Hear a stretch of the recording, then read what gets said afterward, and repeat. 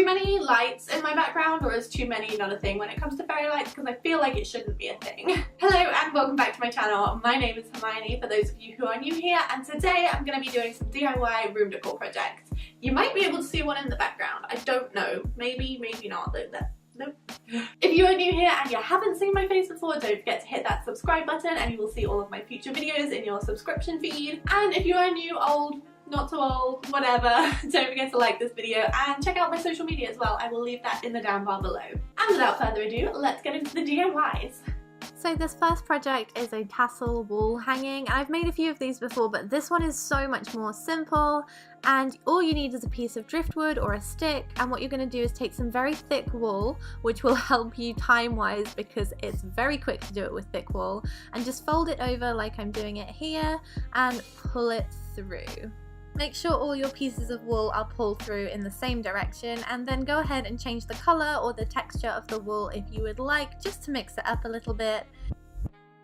Tie a piece of string to the end of the stick on each side, and then you can go ahead and hang it up in the wall, and then tidy up the ends with some scissors and cut it into a geometric shape as I'm doing here. Thumbs up this video if you think I should actually brush my hair before doing a shot like this in the future. That would be great. So yeah, this is what the final piece looks like, and you can go ahead and use whatever kind of colours or textures you would like. For this next project, I'm going to show you how to make a quote on a doormat, and mine says turn off your straightener, which is great if you forget to turn off your straightener, but you can make this any quote you like. So I'm starting by taking this mat, which was from Poundland, so this is very inexpensive, and then I cut out this stencil, which I will leave down below, but you can make your own if you would like. And I've saved you the trouble of watching me cut it out because that's so boring.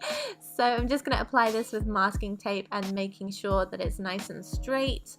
Once you're happy with the positioning of your stencil, you can go ahead and outline the words with Sharpie. This will stop your letters from bleeding when you go and paint them on the inside like I'm doing here. I think it's best to use an acrylic paint to paint the inside because you will be stepping on this mat, so you want it to be sturdy and stay in place. Also, don't forget the middle of the letters as well. These are so important, so don't lose them, and paint around them if you can. Once you've finished, peel the stencil off as quickly as possible so the paint doesn't have time to set. And this is what mine looks like. I'm really pleased with the way it turned out because it was so inexpensive and it was very simple to do. It's just a little bit time consuming, but hey, that's what DIYs are. Next, I have not one but two pillows to show you how to make. They are super cozy and I'm loving cream and fluffy textures at the moment, so they are great for my bedroom. So all you have to do for the first one is take an empty pillowcase, create some tassels by using a wood block or some cardboard, and wrap your wool around it. Because I'm using very thick wool, I did it 15 times. I cut an extra piece for wrapping around the tassel and very gently pull the wool off the wooden block. I then wrapped that piece around the tassel, tying it off to make sure it was very tight and it wasn't going to come undone. And because I'm not tying it on the pillows, I didn't put one through the top to create a loop. I just put it around the middle, but you can do that if you would like. Cut the loops off the bottom of the tassel so that you can poof it up, and then you want to go ahead and create 3 more of these, one for each corner. Then sew them onto the corners of your pillowcase. You can use glue, but I really prefer sewing, and you don't have to make this neat if you sew it. Just use the same color of thread as your pillowcase or your tassel and it should be disguised really nicely. And this is how that first pillow turned out. On to the next one. This is a little bit time consuming but so worth it. So I'm starting by putting a piece of cardboard in between the pillow to protect the back of it because I'm going to be cutting holes in the front. So go ahead and mark the points for your design. I'm creating a really simple arrow design, which is just like 2 sides of a triangle basically. And this would be better with chalk, but I only had white chalk, so that wasn't going to work. So I used a biro, and then I'm using a craft knife to cut holes where I've marked the points, but you can use nail scissors if you don't want to use a craft knife. Then go ahead and, using a safety pin, thread a really thick piece of wool through the safety pin and tie it in a knot. We're going to use this to go through the holes. So start by pulling it through the top of your arrow, and then make sure you have tied a knot in the bottom of the thread so it's not going to come through.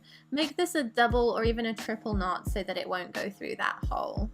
pull this all the way through and then thread the safety pin through the bottom hole, go underneath the pillow and then come up through the other bottom hole as you can see here, and then finally thread it through that top hole once again and tie it in a knot at the back. If you can, when you're tying the knot, try and encompass the first knot you made and tie them together to make an even bigger knot that it won't slip through the hole. And there you have it, one soft, woolly, fluffy pillow. And this looks just like one that I swear I saw on the Urban Outfitters website. And then onto this jewellery hanger, which I think is anthropology inspired-ish. I don't know, I get those vibes. So this is so easy to make. All you need to do is paint a wooden plaque or leave it bare if you have a nice rustic one already. And then once you have let that dry, you want to go ahead and take some of these door handles or drawer pulls, unscrew them at the back and then pull the bolt all the way through because it is so long it won't fit on the wooden plaque. Make sure you keep that little decorative piece on the top because you can go ahead and glue this back on. Now I'm using hot glue, but in hindsight I would really rather you used E6000 or something like super glue because it did hold, but I just don't think it's strong enough. These are quite heavy. But all you're going to do is glue them back together and then glue them onto the plaque. Let this dry for as long as it needs to and then use some command strips to stick it onto your wall, and there you have it. Now your jewellery will not be tangled and it will be displayed really nicely on your wall.